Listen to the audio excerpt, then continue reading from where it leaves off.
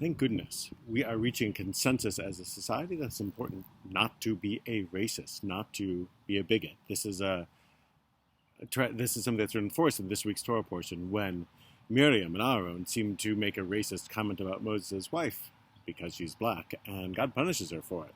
Not Aaron, we don't know why, but serves a punishment. People wait for her, and then they continue their journey. Doesn't happen again after the punishment and the upbraiding.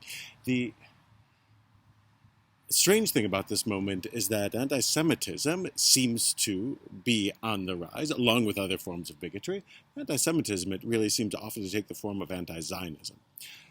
This is a argued topic. It's important to note why anti-Zionism is usually, almost always, anti-Semitism, because the idea that the Jews of Israel should be subject to rule by people who would deny them basic human rights, as, say, Hamas promises it would do. Hamas's stated goal is genocidal against Israelis and against Jews.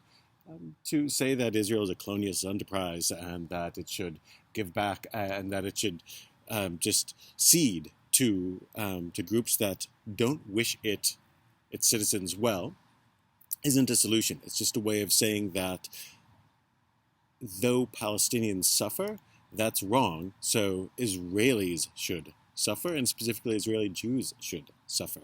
It's not saying that there should be less suffering or less death. It's a way of saying that Jews should be the ones suffering and dying. That's what makes it anti-Semitic.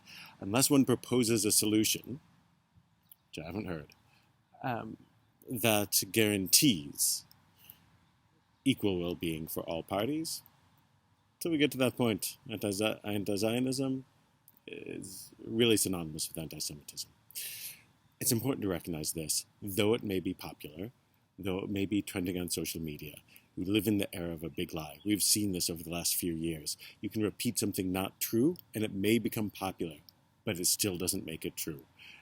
It's difficult, and it's not to say that there's not bigotry among Jews or amongst Israelis. There most certainly is, and it most certainly is reprehensible. Even by members of the Israeli government, there most certainly is bigotry, and it most certainly is reprehensible.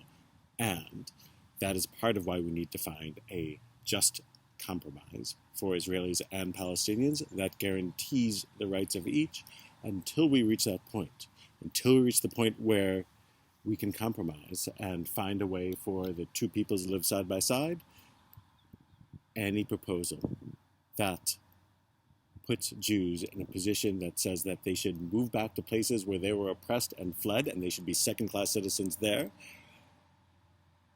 or that says that Jews should submit themselves to the murderous intentions of terrorist groups like Hamas.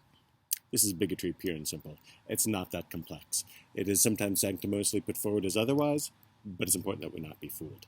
God willing, we will see a more peaceful time for Israel and for its neighbors. And Shabbat Shalom.